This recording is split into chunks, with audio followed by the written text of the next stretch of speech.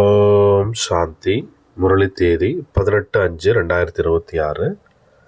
இன்றைய சாக்கார முரளியிலிருந்து பாபா கூறியுள்ள மகா வாக்கியங்களை நாம் கேட்போம்.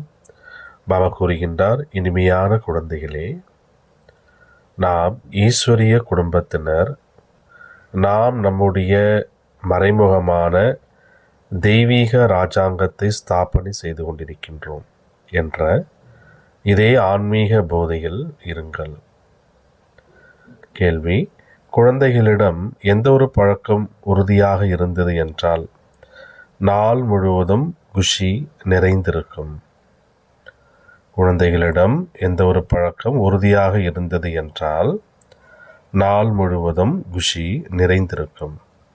பதில்: அதிகாலை எழுந்து ஞான மனனம் செய்யக்கூடிய பழக்கம் இருந்தது என்றால் நாள் முழுவதும் அளவற்ற குஷியானது இருக்கும். குழந்தைகளே, அமிர்த வேளை எழுந்து தங்களுடைய தந்தையிடம் இனிமையாக உரையாடுங்கள் என்பது பாபாவினுடைய ஸ்ரீமத்-ஆகும். நாம் இப்பொழுது எந்த குடும்பத்தினர், நம்முடைய கடமை என்ன என்று சிந்தனை செய்யுங்க. இது நம்முடைய ஈஸ்வரிய குடும்பமாகும். நாம் நம்முடைய புதிய ராஜாங்கத்தை ஸ்தாபனை செய்து கொண்டிருக்கிறோம் என்பது புத்தியில் இருந்தது என்றால் நாள் முழுவதும் குஷி அமைந்திருக்கும். அதனால பாபா நாள் முழுவதும் நம்ம குஷியாக இருப்பதற்கு எந்த ஒரு யுக்தி கூறுகிறார்? அதிகாலை எழுந்து ஞான மரணம் செய்யக்கூடிய பழக்க வேண்டும் என்று பாபா நமக்கு புரிய வைக்கிறாரு. ஓம் சாந்தி. இது ஆன்மீக குடும்பமாகும் என்பதை குழந்தைகள் அறிந்துள்ளார்கள். அவை எல்லாமே ஸ்தூல குடும்பமாகும். இது ஆன்மீக குடும்பமாகும். இது ஆன்மீக தந்தையினுடைய குடும்பமாகும். எப்படி லௌகிக வீட்டில் தாய் தந்தை குழந்தைகள் இருப்பார்கள், அது எல்லைக்குட்பட்ட குடும்பமாகும். நீங்கள் இப்பொழுது எல்லையில்லாத குடும்பத்தினர் ஆவீர்கள்.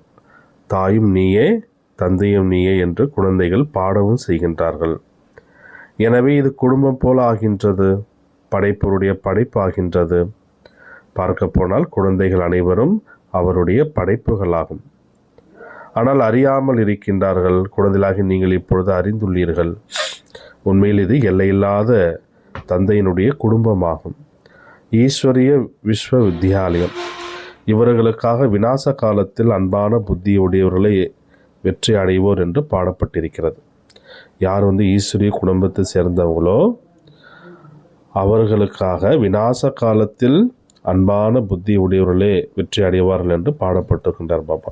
ஏன்னா பாபாவுடைய குடும்பத்தை சேர்ந்தவங்க பிரீத் புத்தி, அதாவது அன்பான புத்தி உடையவர்கள். அது போன்ற யார் பாபாவிடத்தில் அன்பு நிறைந்த புத்தி உடையவர்களாக இருக்கின்றார்களோ அவர்களுக்கு வெற்றி கிடைக்கும். இப்பேற்பட்ட குடும்பம் ஒருபொழுதும் கீதையில் பாடப்படவில்லை. ஈஸ்வரிய குடும்பமான நீங்கள் மறைமுகமான தெய்வீக அரசாட்சியை ஸ்தாபனை செய்து கொண்டு இருக்கின்றீர்கள். யாருக்குமே தெரிவதில்லை. உங்களுக்கு போதை இருக்கிறது. யாரெல்லாம் தந்தையை நினைவு செய்வார்களோ அவர்களுக்கு போதை இருக்கும். தேக அபிமானத்தில் வருவதால் அந்த போதை இறங்கி போய்விடும். இது ஈஸ்வரிய குடும்பமாகும். நாம் வீட்டிற்கு செல்ல வேண்டும். பிறகு தெய்வீக ராஜாங்கத்தில் வருவோம். அங்கு இருப்பது தெய்வீக குடும்பம். கலியுகத்தில் அசுர குடும்பம். இது உங்களுடைய ஈஸ்வரிய குடும்பமாகும். ஆன்மீக தந்தையின் குழந்தைகள் சகோதர சகோதரிகள் ஆவார்கள். அவ்வளவே. இது ஆன்மீக இல்லற மார்க்கமாகும். சத்தியுகத்தில் ஈஸ்வரிய குடும்பம் என்று கூற மாட்டார்கள். அங்கு தெய்வீக குடும்பம் ஆகிவிடுகிறது. இது ஈஸ்வரிய குடும்பம் மிகவும் சக்தி வாய்ந்தது. இப்போது ஈஸ்வரிய குடும்பமாகிய நாம் தெய்வீக ராஜ்யத்தை ஸ்தாபனை செய்து கொண்டிருக்கிறோம் என்பதை நீங்கள் அறிந்துள்ளீர்கள். இவ்வாறு நமக்குள் நாமே உரையாடிய ஞான மனனம் செய்ய வேண்டார். அதிகாலை எழுந்து நினைவில் அமர்ந்தீர்கள் என்றால் ஞான மனனம் செய்யக்கூடிய பழக்கம் ஏற்பட்டுவிடும். ஊக்கமுடையவர்களாக ஆகிக்கொண்டே செல்வீர்கள். பிற எல்லா மனிதர்களும் உறக்கத்தில் உறங்கியிருக்கும் அந்த நேரத்தில் நீங்கள் விழிக்கின்றீர்கள். நீங்கள் அதிகாலை எழுந்து இதுபோல சிந்தனை செய்ய வேண்டும். அப்பொழுது பாருங்கள், உங்களுக்கு எவ்வளோ குஷி இருக்கும். என்ன ஸ்ரீமத் கிடைக்கின்றதோ அதன்படி நடக்க வேண்டும். அப்பொழுது உங்களுக்கு மிகுந்த குஷி ஏற்படும். ஈஸ்வரிய குடும்பத்தின் நினைவு வரும். அசுர குடும்பத்திலிருந்து மனம் அகன்றுவிடும். புதிய வீடு முற்றிலுமே தயாராகிவிடும் பொழுது பழையதின் மீதுள்ள பற்று நீங்கிவிடுகிறது. புதியது அமையாதவரை கொஞ்சம் நஞ்சம் மராமத்து ஆகியவை செய்து கொண்டே இருப்பார்கள். பிறகு மனம் அகன்று விடுகிறது. இந்த பழைய உலகம் கூட அவ்வாறே ஆகும். இது பழைய வீடு ஆகும். நாம் புதிய வீட்டிற்கு செல்வோம் என்பதை இப்பொழுது நீங்கள் அறிந்துள்ளீர்கள். பிறகு புதிய ஆடை அணிவோம். இந்த தேகம் கூட பழையதாகும். இப்போது நீங்கள் வருங்கால 21 பிறவிகளுக்கான ராஜ்ய பாக்கியத்தை எடுத்து கொண்டிருக்கின்றீர்கள். இங்கு ஆட்சி புரிய போவதில்லை, இங்கு ஸ்தாபனை ஆகின்றது. இந்த விஷயங்களை நீங்கள் மட்டுமே அறிந்துள்ளீர்கள். இதுதான் கீதையாகும், ராஜயோகம் ஆகும் அல்லவா? இதற்கு சகஜ ராஜயோகம் என்று கூறப்படுகிறது. அநேக முறை நீங்கள் இந்த ராஜயோக அபியாசத்தின் மூலம் தெய்வீக ராஜ்யத்தை ஸ்தாபனை செய்கின்றீர்கள். அங்கு இந்த விஷயங்கள் நினைவில் இருக்காது. ஒருவேளை அங்கு இந்த விஷயங்கள் நினைவு இருந்தது என்றால் சுகத்தின் உணர்வே இல்லாமல் போய்விடும், கவலை ஏற்பட்டுவிடும். இந்த சமயத்தில் உங்களுக்கு மறைமுகமான போதை உள்ளது. இது உயர்ந்ததிலும் உயர்ந்த பாபாவினுடைய குடும்பமாகும். இதற்கு ஈஸ்வரிய மறைமுக குடும்ப முறை என்று கூறப்படுகிறது. ஈஸ்வரிய விஸ்வவித்யாலயம், ஈஸ்வரிய யங்யம் என்று கூறுவார்கள். குடும்பமாகும். நாம் மிகவும் அன்பானவர் ஆக வேண்டும். வருங்காலத்தில் நீங்கள் மிகவுமே அன்பானவர் ஆகின்றீர்கள். நீங்கள் ரூப் பசந்த் ஆவீர்கள். ஆத்மா ரூப்பாக, அதாவது ஞானம் நிறைந்திருக்கின்றது. அதே போன்று நடைமுறை யோக வாழ்வு இருக்கின்றது. இவ்வளவு சிறிய ஆத்மா அழிவற்ற பாகத்தை ஏற்று நடிக்கின்றது. இந்த சமயத்தில் நீங்கள் ரூப் பசந்தாக உள்ளீர்கள். பாபா ஞானக்கடல் ஆவார். இந்த சரீரத்தில் வரும் பொழுதுதான் ஞானத்தை அவசியம் அளிப்பார். ஞான மழை பொழிகின்றார் என்பதை நீங்கள் அறிந்துள்ளீர்கள். ஒவ்வொரு ஞான ரத்தினமும் ₹1,00,000 மதிப்பு வாய்ந்தது. இப்போது ஆத்மாக்களாகிய உங்களுக்கு பாபாவினுடைய அறிமுகம் கிடைத்துள்ளது. பாபா நினைவூட்டியுள்ளார். இந்த 84 பிறவிகளின் சக்கரம் எப்படி சுற்றுகிறது என்பது உங்களுடைய புத்தியில் உள்ளது. எனவே உங்கள் பெயரே சுய தரிசன சக்கரதாரி என்பதாகும். விஷ்ணு அல்லது லக்ஷ்மி நாராயணர் சுய தரிசன சக்கரதாரியாக இருக்கவில்லை. அவர்களுக்குள் இந்த ஞானம் இருப்பதில்லை. இப்போது ஆத்மாவிற்கு இந்த ஞானம் கிடைக்கின்றது. சிருஷ்டியின் சக்கரம் எப்படி சுற்றுகிறது? திரிமூர்த்தி என்று கூறுகின்றார்கள் என்றாலும் கூட சிவனை காண்பிப்பதில்லை. ஏன்னா பிரம்மா விஷ்ணு சங்கரன் மட்டும் காமிக்கிறான். பக்தியில் சொல்கிறார் பாபா. திரிமூர்த்தியின் படங்கள் நிறைய பார்த்திருக்கக்கூடும். அதில் கூட பெரும்பாலும் பிரம்மாவிற்கு சூக்ஷ்மதனத்தில் தாடி மீசை ஆகியவை இருப்பதில்லை. இதை பிரம்மாவிற்கு மட்டும் காண்பிக்கின்றார்கள். பிரஜாபிதாவோ இங்கு இருக்கின்றார் அல்லவா? இவர் மிகவும் பழைய கிரேட் கிராண்ட்ஃபாதர் ஆகிவிடுகிறார். எனவே இது பிரஜாபிதா பிரம்மாவின் பரம்பரை ஆகின்றது. பாபா பிரம்மா மூலமாக சிருஷ்டியை படைக்கின்றார். எனவே பிரம்மா பெரியவராகின்றார் அல்லவா? காண்பிப்பதும் வயோதிகராக. இவர் 84 பிறவிகளின் சக்கரம் சுற்றி வந்துள்ளார். இப்போ நீங்கள் இந்த விஷயங்களை புரிந்து கொண்டு உள்ளீர்கள். பாபாவுக்கோ எல்லோருமே குழந்தைகளாவார்கள் என்பதையும் அறிந்துள்ளீர்கள். ஆத்மாக்களுக்கு தந்தையினுடைய அறிமுகத்தை அளிக்க வேண்டும். இப்பொழுது பாரதத்திற்கு மிக உயர்ந்த நன்மை ஆகி கொண்டிருக்கிறது. அனைத்து ஆத்மாக்களும் தூய்மையாக ஆகி முக்தி தாமத்திற்கு சென்று விடுவார்கள். நீங்கள் இருப்பதே பாரதத்தின் சேவைக்காக. குறிப்பாக பாரதம், பொதுவாக உலகம். இந்த விஷயங்களை அறிந்துள்ள நீங்கள் இப்பொழுது குறைந்த அளவில் இருக்கின்றீர்கள். பிறகு சுருக்கமாக குழந்தைகளே மன்மனாபவ என்று புரிய வைக்கப்படுகின்றது.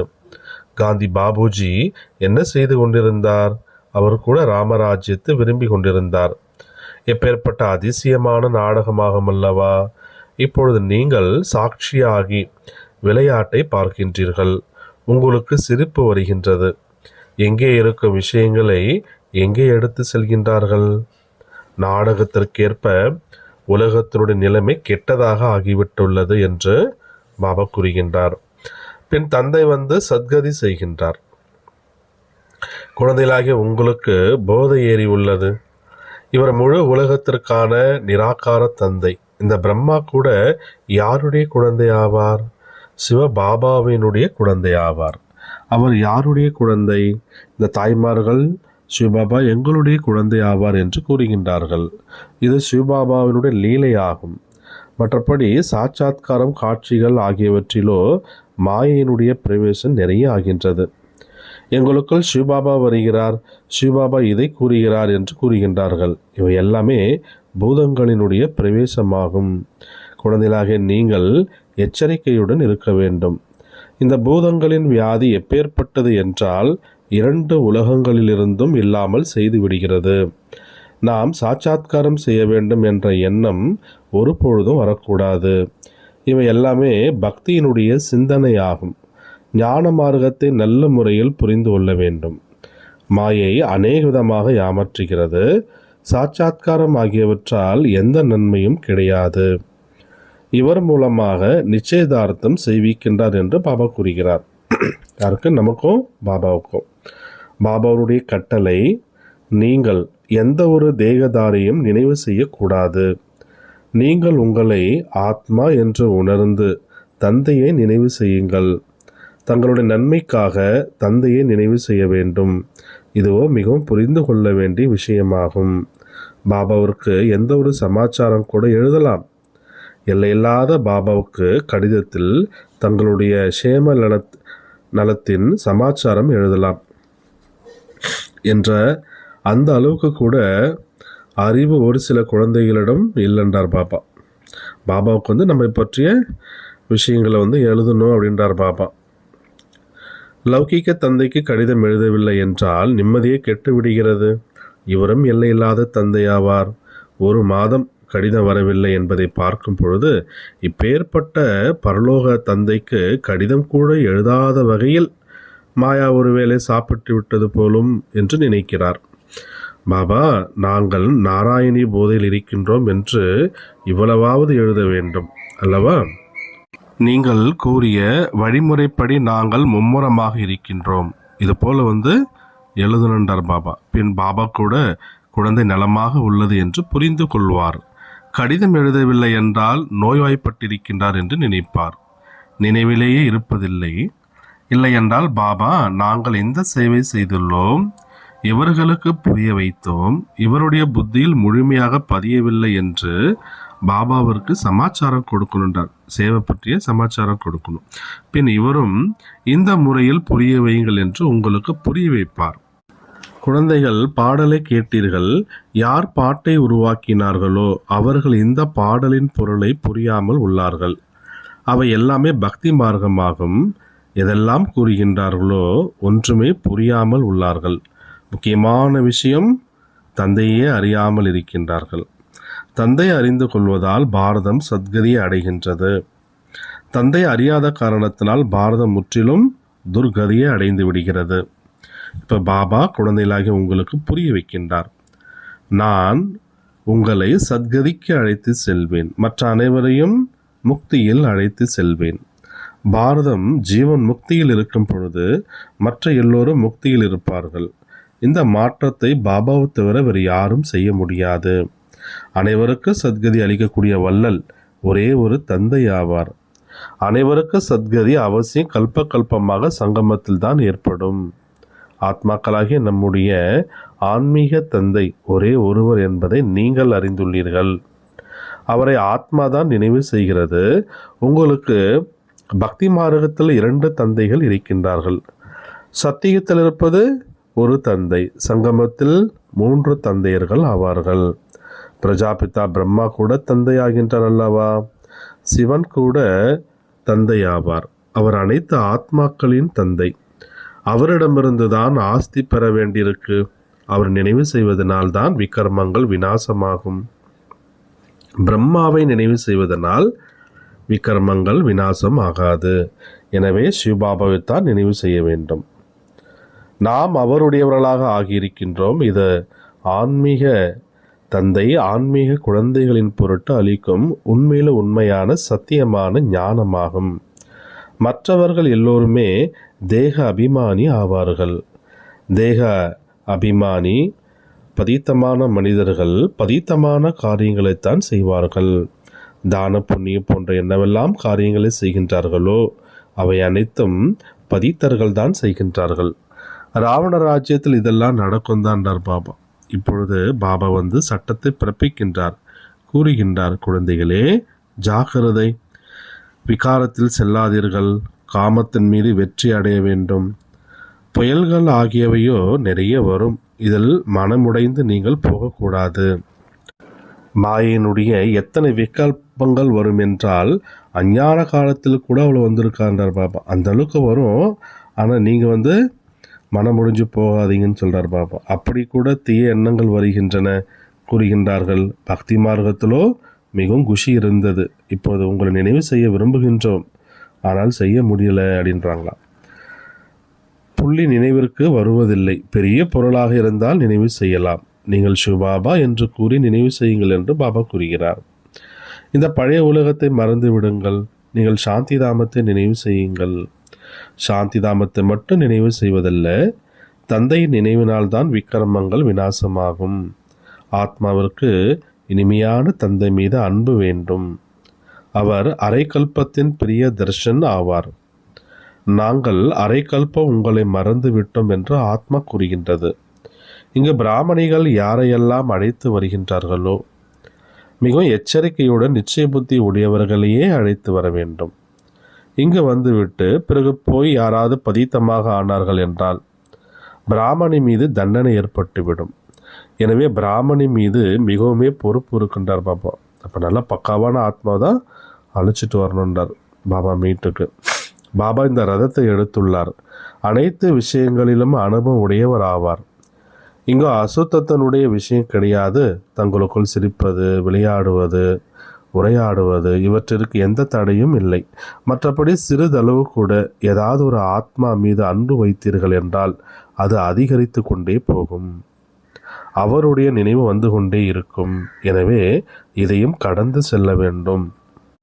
இப்பொழுது நீங்கள் வீட்டில் அமர்ந்துள்ளீர்களா? இல்லை. சத்தியுகத்தில் அமர்ந்திருக்கின்றீர்களா? தந்தை குழந்தைகளுக்கு வீட்டில்தான் கற்பிக்கிறார். உங்கள் அனைவருக்கும் இது வீடாகும். வெளியில் செல்கின்றீர்கள் என்றால் இப்படி கூற மாட்டார்கள். இங்கு மிகவும் நல்ல போதை இருக்கும். தேகத்தினுடைய அபிமானத்தை விட வேண்டும். ஆத்ம அபிமானி ஆனீர்கள் என்றால் ஜாதி மதங்களின் வேற்றுமைகள் எல்லாம் நீங்கி போய்விடும். பழைய உலகம் தமோ பிரதானமானதாகும். இதில் கருத்து வேற்றுமைகள் இன்னுமே அதிகரித்து கொண்டே போகின்றது. இதற்கு முன்பு ஆங்கிலேயர்களின் அரசாங்கத்தின் பொழுது மொழிகளின் பூசல் இருக்கவில்லை. இப்போ நாளுக்கு நாள் பிளவுகள் அதிகரித்து கொண்டே போகிறது. பிறகு சத்தியுகத்தில் ஒரே ஒரு மொழி இருக்கும், எந்த ஒரு வேற்றுமையும் இருக்காது. நல்லது. இனிமேல் இனிமையான காணாமல் போய் வெகுகாலம் கழித்து கண்டெடுக்கப்பட்ட செல்லமான குழந்தைகளுக்கு தாய் தந்தை பாப்தாதாவின் அன்பு நினைவுகள் மற்றும் காலை வணக்கம். ஆன்மீக குழந்தைகளுக்கு ஆன்மீக தந்தை நமஸ்காரம். ஆன்மீக தந்தைக்கு ஆன்மீக குழந்தைகளின் நமஸ்காரம். தாரணைக்கான முக்கிய சாரம். முதல் பாயிண்ட், எந்த ஒரு தேகதாரி நினைவும் வரக்கூடாது. இதற்காக எவருடனும் அன்பு கொள்ளக்கூடாது. அதையும் கடந்து செல்ல வேண்டும். மிகவுமே எச்சரிக்கையாக இருக்க வேண்டும். மாயினுடைய விகல்பங்களுக்கு பயப்படக்கூடாது. வெற்றி அடைபவராக ஆக வேண்டும். செகண்ட் பாயிண்ட், சாட்சாத்காரத்தில் அதாவது திவ்ய காட்சி காண்பதில் மாயினுடைய நிறைய பிரவேசமாகின்றது. பூதங்கள் பிரவேசிப்பதிலிருந்து நம்மை காப்பாற்றி கொள்ள வேண்டும். பாபாவுக்கு நம்முடைய உண்மையிலும் உண்மையான சமாச்சாரத்தை கூற வேண்டும். வரதானம், ஒவ்வொரு விஷயத்திலும் சாரத்தை கிரகித்து கொண்டு ஆல்ரவுண்ட் ஆகக்கூடிய எளிய முயற்சியாளர் ஆகுக. பாபா நமக்கு என்ன வரம் கொடுக்குறாரு? ஒவ்வொரு விஷயத்திலும் சாரத்தை கிரகித்து கொண்டு ஆல்ரவுண்டர் ஆகக்கூடிய சரள புருஷார்த்தி, அதாவது எளிய முயற்சியாளர் ஆகுக. எதை பார்த்தாலும் கேட்டாலும் அதனுடைய சாரத்தை புரிந்து கொள்ளுங்கள். பேசும் வார்த்தைகளிலும் செய்யும் செயல்களிலும் சாரம் நிறைந்திருந்தால் முயற்சி எளிதாக ஆகிவிடும். அப்படிப்பட்ட சரள புருஷார்த்தி எல்லா விஷயங்களிலும் ஆல்ரவுண்டராக இருப்பார். அவர்களிடத்தில் எந்த குறையும் தெரியாது. எந்த விஷயத்திலும் தைரியம் குறையாமல் இருப்பார்கள். என்னால் இதை செய்ய முடியாது என்று வாயிலிருந்து வார்த்தைகள் வராது. அப்படிப்பட்ட எளிய புருஷார்த்திகள் தானும் சரளமானவர்களாக இருப்பார்கள், மற்றவர்களையும் சரளமானவர்களாக மாற்றிவிடுவார்கள். ஸ்லோகன்: சாதனங்களை சரியாக பயன்படுத்தி அதன் தாக்கத்திலிருந்து விடுபட்டு பாபாவிற்கு அன்பிற்குரியவர்களாக ஆகுங்கள். சாதனங்களை சரியாக பயன்படுத்தி அதனுடைய தாக்கத்திலிருந்து விடுபடணும். யூஸ் பண்ணிக்கிட்டே அதனுடைய பிரபாவத்திலிருந்து விடுபட்டு பாபாவிற்கு அன்பிற்குரியவர்களாக ஆகுங்கள். அவ்யக்த சமிஞை: சதா ஆடாத அசையாத ஒரே சீரான மனோநிலையை அனுபவம் செய்யுங்கள். ஒரே ரசனை என்ற மனநிலையை உருவாக்க ஒருவரை தவிர வேறு எதை பார்த்தாலும் பார்க்காமல் இருங்கள். இங்கே பார்க்கும் எதுவும் நிலையாக இருக்கக்கூடியது அல்ல. அதனால் ஒரே ரசனை நிலையான தன்மையை உருவாக்கும் பொழுது, எந்த ஒரு காட்சியை பார்க்கும் பொழுது ஏன், எப்படி என்ற கேள்விகள் வராது. இதுதான் வீண் எண்ணங்களின் குழப்பத்திற்கு காரணம். இந்த வரிசை, அதாவது இந்த கியூ, ஏன், என்ன, எதுக்கு, எப்படி, இது போல இந்த கியூ முடிந்த பிறகுதான் சம்பூரண தன்மை என்பது வரும். அல்லது ஓம் சாந்தி.